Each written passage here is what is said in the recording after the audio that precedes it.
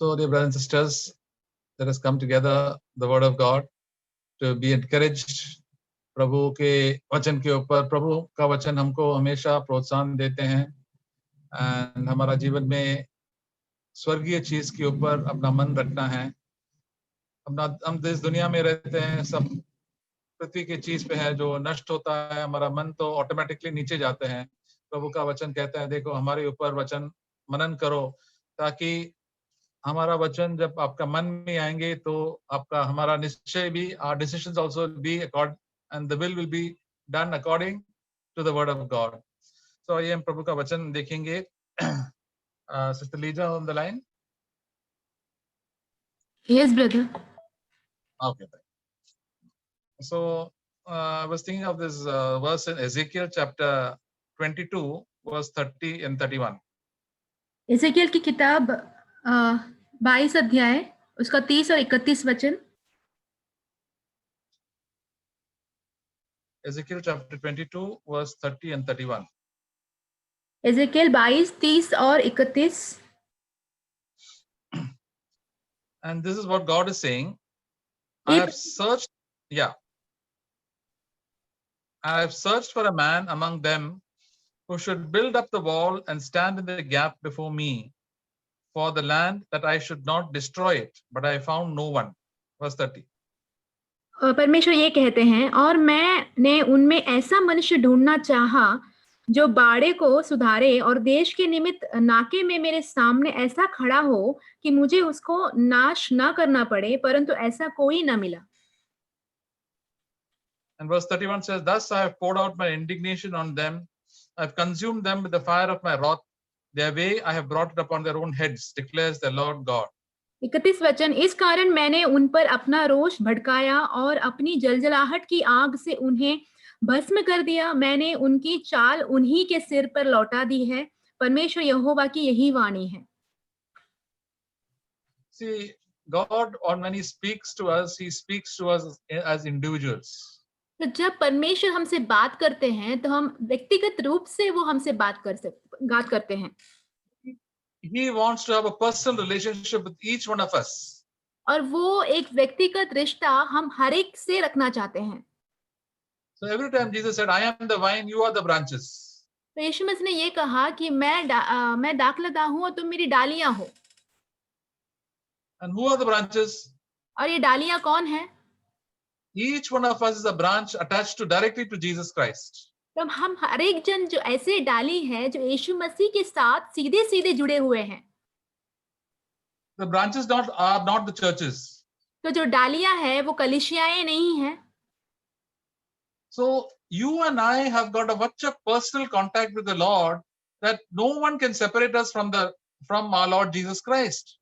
तो हमारा जो रिश्ता परमेश्वर के साथ ऐसा है कि हमें कोई भी यीशु मसीह से अलग नहीं कर सकता. The Lord Jesus, when He was here, He took personal interest in every human being who wanted to come close to Him. तो हम देखते हैं जब यीशु मसीह दुनिया में थे, उन्होंने व्यक्तिगत रूप में अपनी दिलचस्पी ली कि जो कोई भी उनके पास आने चाहते हैं उनको उनके पास लाने के लिए उन्होंने वो दिलचस्पी दिखाई. He did not show any partiality to anybody. उन्होंने किसी के साथ भी कोई भी भेदभाव नहीं किया. Even to all the crooked people who wanted to repent, he came to them. तो जो भी कुटिल भी लोग थे, अगर उनको मन फिराना था तो परमेश्वर यीशु मसीह उनके पास भी गए. All those who cried to Him, He went to them and met their need. जिन्होंने भी उनको पुकारकर चिल्लाकर पुकारा तो उनके पास जाकर उनकी जो जरूरतें हैं वो परमेश्वर ने पूरी कर दी. We heard of Bartimaeus, blind Bartimaeus, who cried out to God, and God said, Jesus came and had a personal conversation with him and blessed him. तो जो अंधा व्यक्ति था, जो बर्तिमेस था, उसने प्रभु यीशु से पुकारकर अपनी चंगाई के लिए पुकारा, तो यीशु मसीह उसके पास व्यक्तिगत रूप में जाते हैं, उससे बात करते हैं और उसे चंगा करते हैं. Zacchaeus wanted to see Jesus. He climbed up a tree, being so short, he was so crooked, but the Lord saw him and He knew his heart, and He said, yes, but Zacchaeus, you come down. He called him by his first name and said, come down, I'm coming to your house today. तो हम देखते हैं जक्कई जो था बहुत ही कुटिल था, वो यीशु मसीह को देखने के लिए उस पेड़ पर चढ़ गया था। तो यीशु मसीह ने उसे जाना और उनसे यीशु मसीह कहता है कि मैं तुम्हारे हृदय को जानता हूँ ऐसे और उसका नाम पुकार कर उसको कहा कि मैं आज तुम्हारे घर में आने वाला हूँ। He told Martha, Martha, Martha, you are worried and bothered about so many things. और मार्ता से यीशु कहते हैं, हे मार्ता तुम बहुत सारे विषयों को लेकर चिंतित हो। Only one thing is necessary, and that you should do, that is to come and wait, sit and listen to what I say. और एक ही बात की आवश्यकता है, वो ये है कि मेरे चरणों में आकर मैं जो बोलता हूँ वो सुनो और उसे मानो। He told Peter, Peter, Peter, the devil has desired to sift you as wheat. तो पतरस को यीशु कहते हैं कि पतरस तुझे शैतान ने गेहूं की तरह एकदम फूंक मारकर बाहर करने के लिए उसने चाहा। But he said, I have prayed for you that your faith will not fail. तो उन्होंने कहा कि मैंने तुम्हारे लिए ये प्रार्थना की कि तुम्हारा जो विश्वास है वो हार ना जाए। So the Lord Jesus takes personal interest in your life and my life. तो प्रभु हमारे यीशु मसीह जो है हमारे और आपके जीवनों के साथ बहुत ही व्यक्तिगत दिलचस्पी वो लेते हैं, Because we belong to him. क्योंकि हम उनके हैं। That is why we can boldly come to the throne of grace. इसीलिए हम हिम्मत के साथ वो अनुग्रह के सिंहासन के सामने आ सकते हैं। And he is ready to bless us, our lives, our family, and all that we do. तो वो हमें और हमारे परिवार और हम जो कुछ भी करते हैं उसको आशीष करने के लिए हमेशा तैयार है। So in chapter 22 or verse 30, God is always searching for a man. तो 22 अध्याय के 30 वचन में हम देखते हैं परमेश्वर एक मनुष्य की हमेशा खोज करते हैं। Man or a woman. एक मनुष्य एक पुरुष या स्त्री। That, and what is the purpose? Whatever man is he searching for? तो कैसे मनुष्य की वो खोज करते हैं, उनका क्या है उद्देश्य? First of all, that they should build up the wall. तो पहली बात तो उनको उस वो दीवार है उसको खड़ा करना है। What is the meaning of this wall? Building the wall. तो दीवार को बनाने का अर्थ क्या है? Wall means when you make a wall around your house, that means you are separating yourself from your neighbors. तो आप अपने घर के चारों तरफ अगर कोई दीवार बांधते हो तो इसका अर्थ ये है कि आप अपने आप को अपने पड़ोसी से अलग कर देते हो। That is, you are having your own privacy. उसका अर्थ है कि आप खुद का एक अपने आप में सीमित रहते हो। The meaning is that as a godly person, you should build a wall away from the worldly people and make a wall around yourself and your family. तो उसका अर्थ ये है कि आप जो परमेश्वर के जन हो, आपको जो भी परमेश्वर के जन नहीं है और जो दुनिया है, ऐसे लोगों से अपने आप को दूर रखना है। आपके चारों ओर ये एक बाड़ा, ये एक दीवार को बांधना है। When a big building is going to for construction, अगर कोई बड़ी इमारत की कंस्ट्रक्शन होता है, so what is the first thing that they build? पहला वो क्या बनाते हैं उसमें? They build a big wall all around the compound. पहले वो क्या करते हैं, चारों तरफ बड़ा एक दीवार खड़ा करते, कंपाउंड बनाते हैं।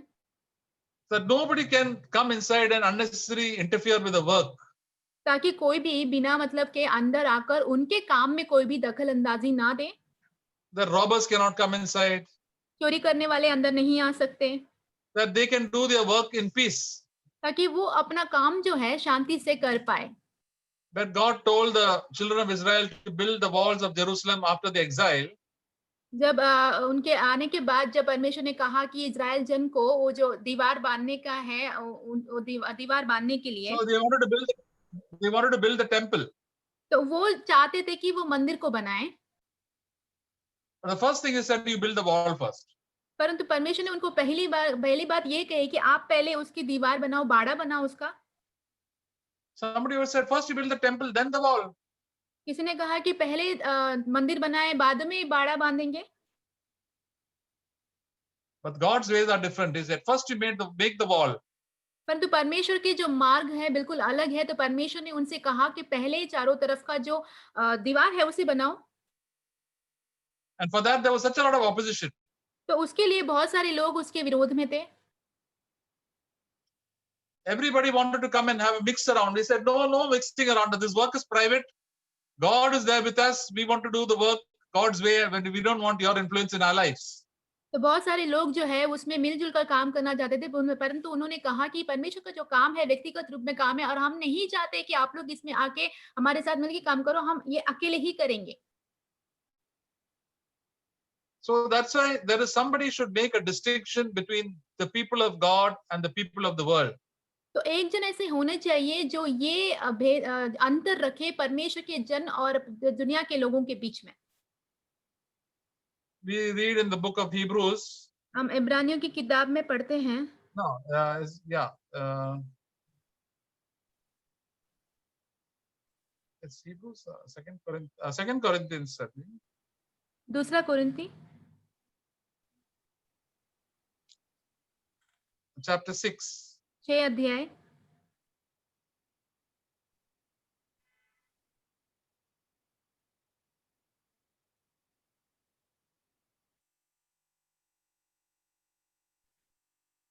Verse 17. 17 वचन। It says, therefore come out from their midst and be separate, says the Lord, and do not touch what is unclean, and I will welcome you. And verse 18, I will be a father to you, and you will be sons and daughters to me, says the Lord Almighty. इसलिए प्रभु कहता है कि उनके बीच में से निकलो और अलग रहो और अशुद्ध वस्तु को मत छुओ, तो मैं तुम्हें ग्रहण करूंगा और तुम्हारा पिता होऊंगा और तुम मेरे बेटे और बेटियां होंगे। यह सर्वशक्तिमान प्रभु परमेश्वर का वचन है।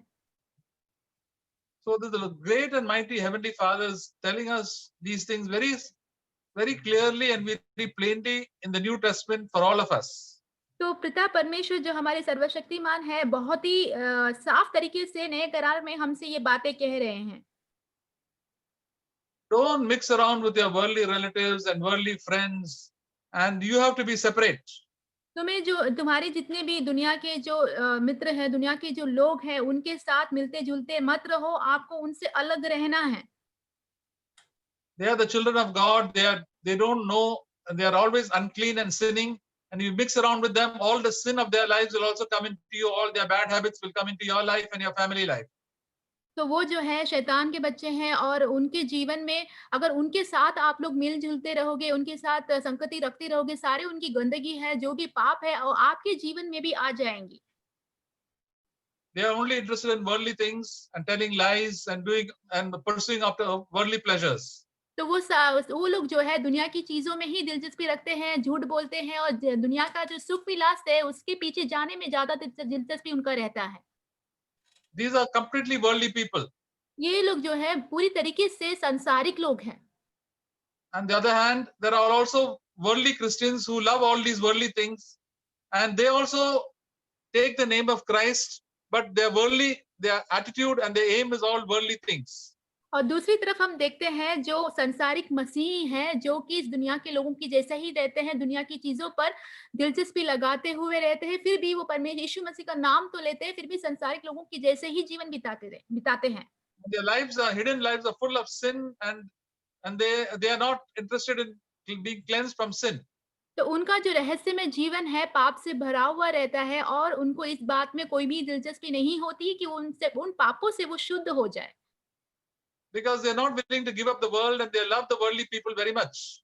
क्योंकि उस दुनिया को छोड़ना नहीं चाहते और इस दुनिया के लोगों से बहुत ही प्रेम करते हैं वो।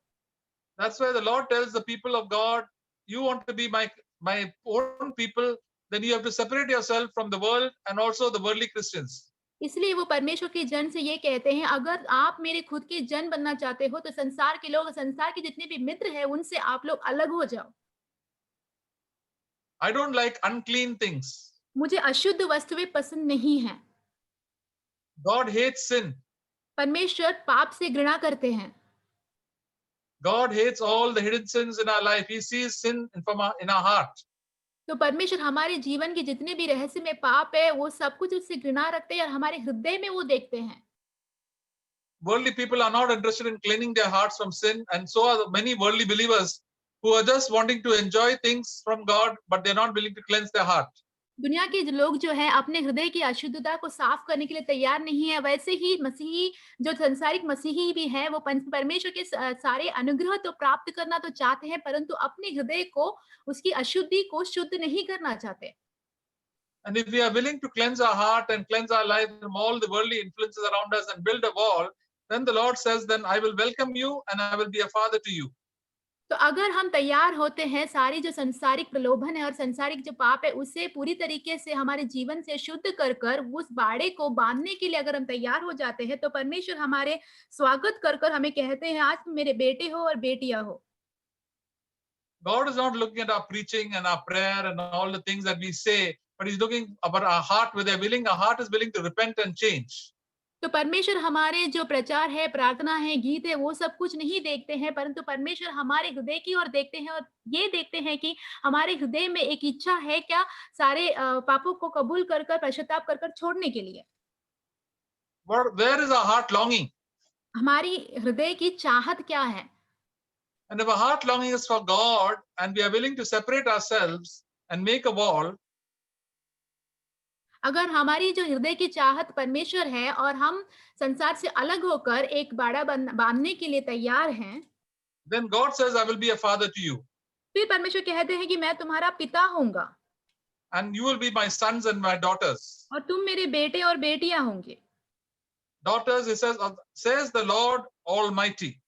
और यह सर्वशक्तिमान प्रभु परमेश्वर का वचन है. The great God who made heaven and earth will be your father and you will be your son. You will be your son and you will be his daughter. तो जो सर्वशक्तिमान परमेश्वर जिसने आकाश और पृथ्वी की रचना की है वो आपके पिता होंगे और आप उनके बेटे और बेटियां होंगी. What a wonderful honor. कितनी बड़ी आदर की बात है ये. But that only happens if we are willing to separate. तो ये तभी हो सकता है जब हम इच्छा करें कि अलग होने के लिए. If you are not willing to separate, God is not going to be a father. He's not going to look after you. अगर हम अलग होने की चाहत नहीं रखते हैं तो परमेश्वर आपके पिता नहीं होंगे, आप उनके बच्चे नहीं बन पाएंगे. That is why God doesn't support a lot of Christians. इसलिए परमेश्वर बहुत सारे जो मसीह हैं उनका साथ नहीं देते. Because they keep on compromising. क्योंकि वो समझौता करते रहते हैं. They don't want to be pure in heart. उनको हृदय में पवित्र होना ही नहीं है. So the first thing is for us, as it says in Ezekiel chapter 22 verse 29, that they should build up a wall. We go back to Ezekiel chapter 22. तो हम Ezekiel की किताब में वापस जाएंगे 22 अध्याय में.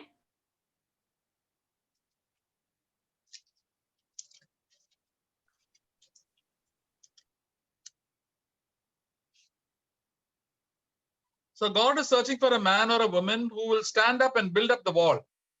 तो 30 वचन में लिखा है इसलिए परमेश्वर ऐसे मनुष्य की खोज में है जो बाड़ा को सुधारे. And stand in the gap before me for the land. और देश के निमित्त नाके में मेरे सामने ऐसा खड़ा हो.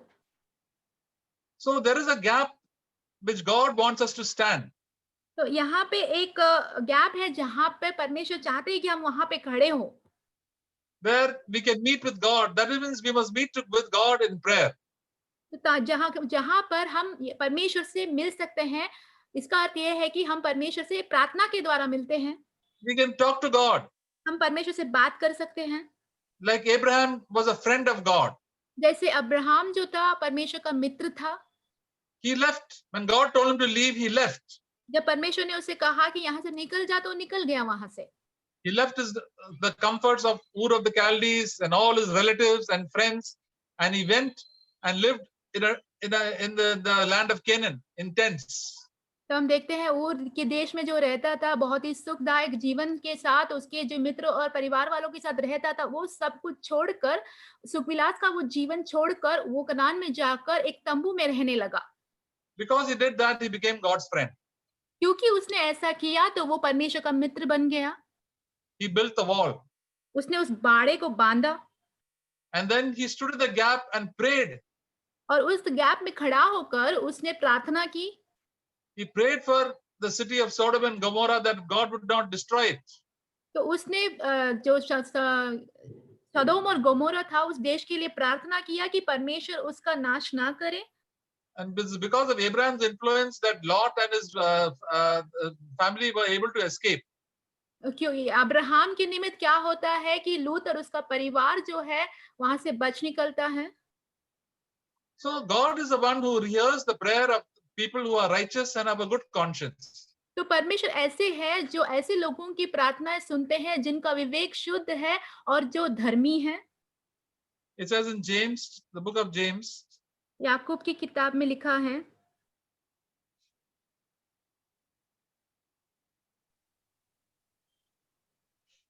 chapter 5, 5 अध्याय,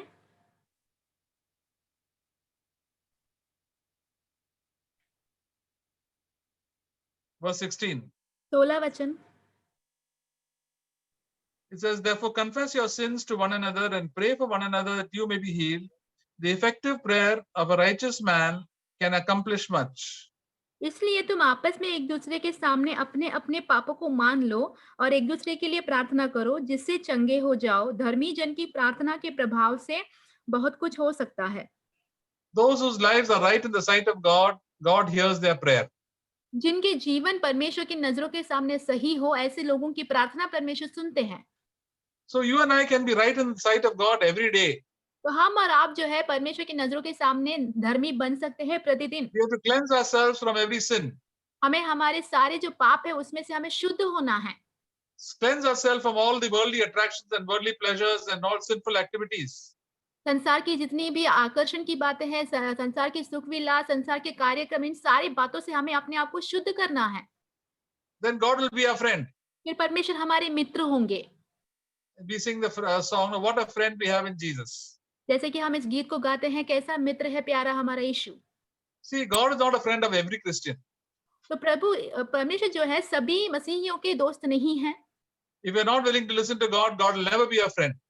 अगर आप परमेश्वर की सुनना पसंद नहीं रखते हो, उसे नहीं सुनते हो, तो परमेश्वर आपके मित्र नहीं बन सकते। God told in the book of James that if the God's children love the world, then God will become our enemy. परमेश्वर का वचन में लिखा है याकूब में कि अगर परमेश्वर के संतान जो है संसार से प्रेम रखने वाले होंगे तो परमेश्वर उनका बैरी होगा। So do you want God to be our enemy? तो क्या आप चाहते हो कि परमेश्वर आपके शत्रु बन जाए? We already have a very terrible enemy in the devil. तो हमारे पास पहले ही एक खतरनाक शत्रु है जो कि शैतान है। And if we are going to God also as an enemy, then there is no hope for us. अगर परमेश्वर भी हमारे बैरी बन जाएंगे तो हमारे लिए कोई भी आशा नहीं बचेगी। We become God's enemy by loving the world and mixing around with the people of this world. तो हम इस संसार के लोगों के साथ रहने से, उनके साथ मिलने जुलने से परमेश्वर के बैरी बन जाते हैं। For such people, God never gives them the Holy Spirit. तो ऐसे लोगों को परमेश्वर कभी भी पवित्र आत्मा नहीं देते हैं। They may do a lot of ministry, but no Holy Spirit. वो बहुत सारे सेवकाई तो करते होंगे परंतु पवित्र आत्मा नहीं होगा। No joy, no peace, no love in their heart. कोई भी आनंद, शांति और प्रेम नहीं होगा। But they would be doing lot of worldly activity, all of activities for the Lord. परंतु वो सारे जो संसारिक कार्य, परमेश्वर के लिए जो कार्य है वो तो करते रहेंगे। But God will not listen to their prayer. परंतु परमेश्वर उनकी प्रार्थना को नहीं सुनेंगे। Because they have got sin in their life. क्योंकि उनके जीवन में पाप है इसलिए। In the book of Psalm 66, bhajan Sangeeta 67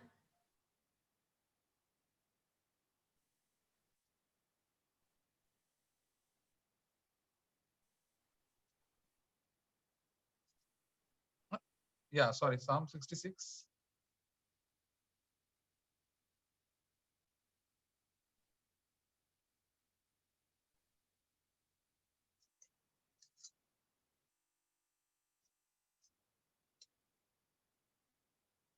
Verse 18. उसका 18 वचन। The psalmist said that if I regard iniquity, wickedness in my heart, the Lord will not hear. भजन संगीता 67 उसका 18 वचन। भजन संगीता लिखने वाला कहता है, यदि मैं मन में अनर्थ बात सोचता तो प्रभु मेरी ना सुनता। Verse 19 says, but certainly God has heard. 19 वचन, परंतु परमेश्वर ने तो सुना है। He has given heed to the voice of my prayer. उसने मेरी प्रार्थना की ओर ध्यान दिया है। See, if sin comes into our life, any bitterness, any hatred or any anger, any lust, we have to immediately cleanse it out. अगर पाप हमारे जीवन में आता है, कोई भी गुस्सा या क्रोध या नफरत या घृणा जो भी आता है, तो कड़वापन जो भी आता है, तो हमें तुरंत ही उसे साफ करना होता है। Don't go ahead and do any ministry and service and prayers and preaching and all. Just stop immediately and set your life with the sight of God. उसको साथ में रखते हुए सेवकाई और बहुत सारी परमेश्वर के जो कार्यक्रम है वो सब कुछ करने ना जाइए। आप अपने जीवन को पहले परमेश्वर के सामने शुद्ध कीजिए, सही कीजिए। But if we continue to do that, God is not going to hear any of our prayers and not going to approve any of our activities. अगर हम ऐसे ही लगातार करते रहेंगे तो परमेश्वर हमारे प्रार्थनाओं को कभी भी नहीं सुनेगा और हमारे जितने भी सेवकाई हम करते होंगे उसको कदापि अंगीकार नहीं करेंगे वो। Because God hates sin. क्योंकि परमेश्वर पाप से घृणा करते हैं। So God wants us to build a wall and to stand in this gap and be people who are right in the sight, living right in the sight of God. तो परमेश्वर चाहते हैं कि हम इस बाड़े को बांधे और उस नाके पे खड़े हो जाएं और परमेश्वर के नजरों के सामने एक सही धार्मिक जीवन बिताए। Live with a clear conscience before God and before man. परमेश्वर के सामने और मनुष्य के सामने एक शुद्ध विवेक के साथ अपने जीवन को जिए। Then the destroyer will not come and destroy our lives and our families. और फिर एक नाश करने वाला आएगा नहीं हमारे जीवन को, हमारे परिवार को और हमारे जीवन को नाश करने के लिए। Then we can be a blessing to the people around us. फिर हम हमारे चारों तरफ के लोगों के लिए आशीष का एक कारण हो सकते हैं। God has given us every day, one day at a time, to live for Him. तो परमेश्वर ने हमें एक एक दिन करके हमें दिया है ताकि हम उनके लिए जिए। We must always be ready to clean ourselves. तो हमें हमेशा तैयार होना है अपने आप को शुद्ध करने के लिए। Separate ourselves from all the worldly people and worldly influences. अपने आप को सारे संसारिक लोगों से और संसारिक प्रलोभनों से अलग रखने के लिए। If your relatives, if your other believers are not doing it, at least you do it. अगर आपके जो रिश्तेदार है, दूसरे विश्वासी है, वो ऐसा नहीं करते हैं तो आप कीजिए वैसा। If in your family you're the all are believers and you they are just compromising, you must never compromise. और आपके परिवार में सब विश्वासी है परंतु वो जो लोग हैं समझौता कर रहे हैं परंतु आप समझौता ना कीजिए। You live in fellowship with the Lord. आप परमेश्वर के साथ उस संगति में जिए। If at least one person is there to stand before the Lord can save the family. अगर एक भी व्यक्ति हो परमेश्वर के सामने खड़े होने के लिए तो परमेश्वर पूरे परिवार को बचा सकते हैं। He can save your own community and your nation. आपकी स्वयं की जो जाति है और आपकी जो देश है उनको बचा सकते हैं। That is why each one of our personal walk of the Lord is very, very important. इसलिए हमारा व्यक्तिगत चलना परमेश्वर के साथ जो है बहुत ही महत्वपूर्ण है। As brothers and sisters, as sons and daughters of the living God, we should be faithful before God. तो भाइयों और बहनों जो परमेश्वर के जीवित परमेश्वर के बेटे और बेटियां हैं, परमेश्वर के लिए हमें विश्वास योग्य रहना है। Don't keep any bitterness in our heart. आपके हृदय में कोई भी कड़वाहट ना रखिए। Forgive everybody. सभी को क्षमा कर दीजिए। Think humble thoughts. अपने आप के लिए नम्रता भरी सोचें सोचिए। Just don't run after the things of this world. इस संसार की चीजों के पीछे नहीं भागिए। The Holy Spirit will show us what is wrong in our life. पवित्र आत्मा हमें दिखाएंगे कि हमारे जीवन में क्या गलत है। And He will always speak to us. और वो हमेशा हमसे बात करेंगे। In Hebrews we read that today if you hear His voice, do not harden your heart. इब्रानियों में हम पढ़ते हैं कि आज अगर मेरी शब्द को तुम सुनते हो तो अपने हृदय को कठोर ना करो। That means that every day God is speaking to you and me. इसका अर्थ यह है कि प्रतिदिन परमेश्वर हम और आपसे बात कर रहे हैं। And what does it mean to harden your heart? हृदय को कठोर करने का अर्थ क्या है? We will postpone it and say, okay, I will do it, but not want to settle the matter. हम ये क्या करते रहेंगे? हाँ, कल कर देंगे, ऐसे हम करते जाएंगे परंतु उस चीज को जो है हम अभी सही नहीं करेंगे। With the result that God will stop speaking completely. उसका परिणाम पूरी तरीके से बात करना बंद कर देंगे। God is a great and mighty God and He is coming to speak to us about our own welfare, for our own good, and we don't want to listen. तो परमेश्वर जो सर्वशक्तिमान परमेश्वर है हमारे लिए, हमारी भलाई के लिए हमसे बात करने के लिए आ रहे हैं, हम उसको सुनने के लिए बिल्कुल तैयार नहीं हैं। We think we are right. हम सोचते हैं कि हम सही हैं। When so many wrong things are there in our own life. हमारे जीवन में बहुत सारे गलत चीजें होते हुए भी। That is why the Pharisees, even though they were doing so many prayers, there was so much of sin in their heart. इसलिए हम देखते हैं फरीसी लोग जो है इतनी सारे प्रार्थनाएं तो कर रहे थे परंतु उनका हृदय में पाप भरा हुआ था। They had the love of money. उनके अंदर पैसों का प्रेम था। A tremendous amount of hatred to Jesus. यीशु मसीह के लिए बहुत बड़ी एक नफरत थी। And there was a lot of immorality in their hearts. बहुत सारे अश्लील विचार उनके हृदय में था। but they were busy praying to God and worshiping God, the temple, and they were doing a lot of evangelism. परंतु वो व्यस्त थे मंदिर में जाके प्रार्थना करने में, सेवकाई करने में, बहुत सारे समाचार सुनाने में। But God was never with them in the temple. परंतु परमेश्वर कदापि उनके साथ उस मंदिर में नहीं थे। God was with Jesus and his own disciples. परमेश्वर जो थे यीशु के साथ थे और उनके खुद के चेलों के साथ थे।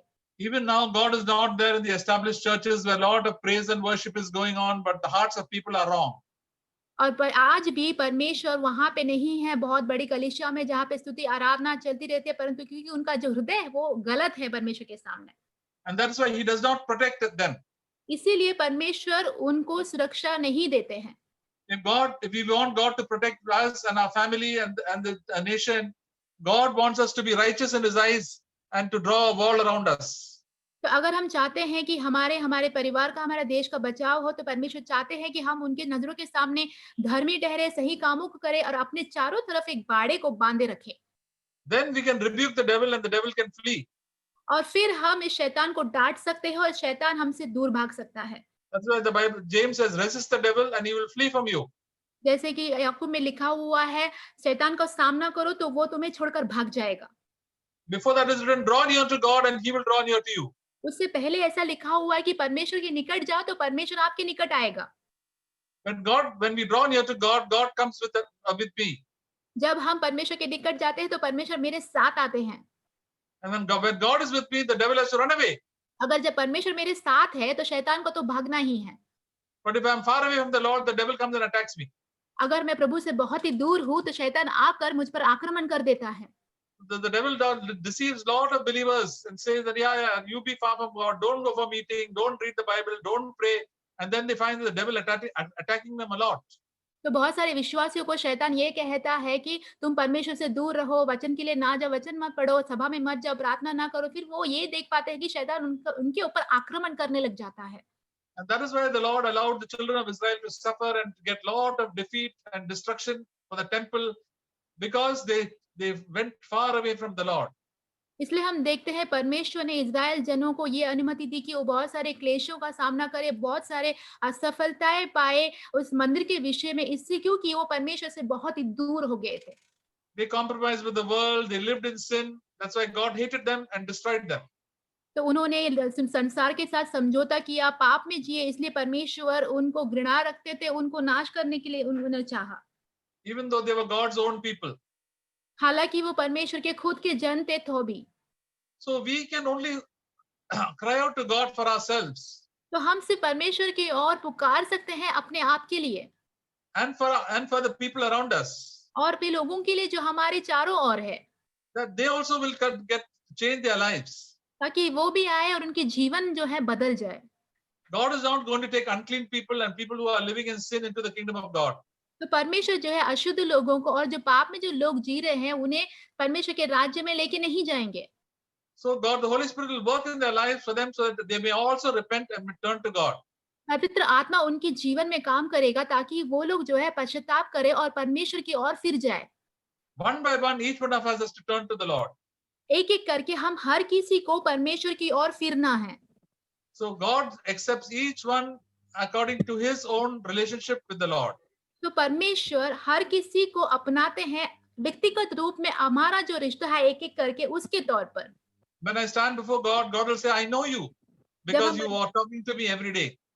तो जब हम परमेश्वर के सामने खड़े होंगे तो परमेश्वर हमसे कहेंगे, मैं तुम्हें जानता हूँ क्योंकि तुम मुझसे रोज बात करते थे। You had fellowship with me. तुमने मेरे साथ संगति रखी। But if God says, you know, I am coming to you, but you never came close to me. You are always with the world and worldly people and enjoying your private sin. So I don't know you.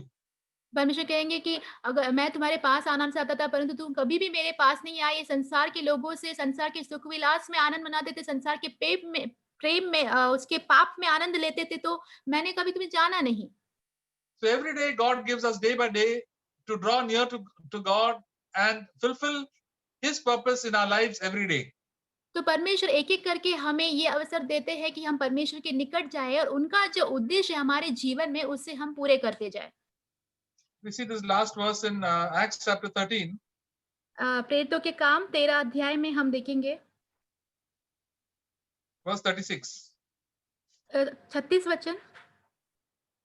For David, after he had served the purpose of God in his own generation, fell asleep and was laid among the fathers and underwent decay. क्योंकि दाऊद तो परमेश्वर की इच्छा के अनुसार अपने समय में सेवा करके सो गया और अपने बाप दादों में जा मिला और सड़ भी गया।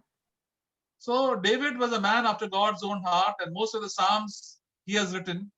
तो दाऊद जो थे परमेश्वर के हृदय के अनुसार जीने वाले व्यक्ति थे और बहुत सारे भजन संगीता जो है उन्होंने लिखी है। So in his own generation, when he lived, he served God. तो जब उनके पीढ़ी में वो जी रहे थे, उन्होंने परमेश्वर की सेवा की। And he was a blessing to all the people around him. तो वो एक अनुग्रह का आशीष का कारण थे चारों तरफ के लोगों के लिए वहां के। So you and I can also live for God and can bless the generation around us. तो हम और आप भी परमेश्वर की सेवा कर सकते हैं और एक आशीष का कारण बन सकते हैं हमारी पीढ़ी के लोगों के लिए। That is what God expects you and me. तो यही परमेश्वर की अपेक्षा है आपसे और हमसे। By living a godly and a righteous life. परमेश्वर के सामने एक भक्तिमय और धार्मिकता का जीवन जीना। By not compromising in the world and not allowing sin to come into our lives. इस संसार के साथ समझौता नहीं करना और पाप को हमारे जीवन में आने की कोई अनुमति नहीं देना। And then we'll also fall asleep. फिर हम भी जो है सो जाएंगे एक दिन। We have to complete the work that God gives us. हमें वो काम को पूरा करना है जो परमेश्वर ने हमें दिया है। So every day God gives us as a gift. तो परमेश्वर हर दिन हमको एक तोहफे के जैसा देते हैं। Don't look for the future. एक भविष्य के लिए ना देखें। We don't know how long we will live. हमें पता नहीं है कि हम कितने लंबे समय तक जीने वाले हैं। But God says in a very practical way, take one day at a time. तो परमेश्वर वास्तविक रूप में हमें कहते हैं कि प्रतिदिन एक-एक करके ले लीजिए समय। You can live before God's face and do His will. आप परमेश्वर की नजरों के सामने जी सकते हैं और उनकी इच्छा को कर सकते हैं। You can do good, you can speak good words, you can pray for others. आप अच्छे काम कर सकते हो, अच्छे शब्दों के द्वारा बात कर सकते हो, अच्छे भलाई के काम कर सकते हो दूसरों के लिए। And then thus fulfill on all the in the middle of all the problems of life. तो जब सारी समस्याएं जो जीवन में होती है उनके बीच में परमेश्वर की जो इच्छा है उसे पूरा कीजिए। And sing the praises of our God by being filled with the Holy Spirit. परमेश्वर की स्तुति और प्रशंसा कीजिए पवित्र आत्मा से भरे हुए। And that is the life which God wants you and me to live every day, brothers and sisters. तो यही एक जीवन है परमेश्वर चाहते हैं कि हम और आप जिए भाइयों बहनों। It is a simple and easy life. ये एक सरल और आसान जीवन है। Everybody can do that. और सभी लोग ये कर सकते हैं। All those are humble, God will give them the Holy Spirit and they'll be able to do it. जितने भी जो नम्र है परमेश्वर उनको पवित्र आत्मा देंगे और ये सारे काम वो कर पाएंगे। And God will free them from all the sins in their life. परमेश्वर उनको उनके सारे जो पाप है उसमें से पूरी तरीके से स्वतंत्र कर देंगे। And God will help us to be encouragement to others. और परमेश्वर हमें सहायता करेंगे कि हम दूसरे के लिए एक प्रोत्साहन का कारण बने। We'll grow stronger and stronger in the Holy Spirit. हम परमेश्वर में और नया बल प्राप्त करते जाएंगे पवित्र आत्मा में। And for this, God is no respecter of persons. Sorry brother, can you repeat? God is no respecter of persons. तो परमेश्वर जो है एक व्यक्ति के तौर पर नहीं देख रहे हैं। He will, whether you're a child or a brother or a sister or anybody, God will meet with you. आप एक बच्चे हो, भाई हो, बहन हो, कोई भी हो, परमेश्वर आपके साथ रहेंगे। So God, we praise that we can always come close to God and have fellowship with Him. तो परमेश्वर से प्रार्थना करें कि हम परमेश्वर के नजदीक हमेशा आए और परमेश्वर के साथ एक संगति में बने रहे, उनसे प्रार्थना करते रहे। Amen.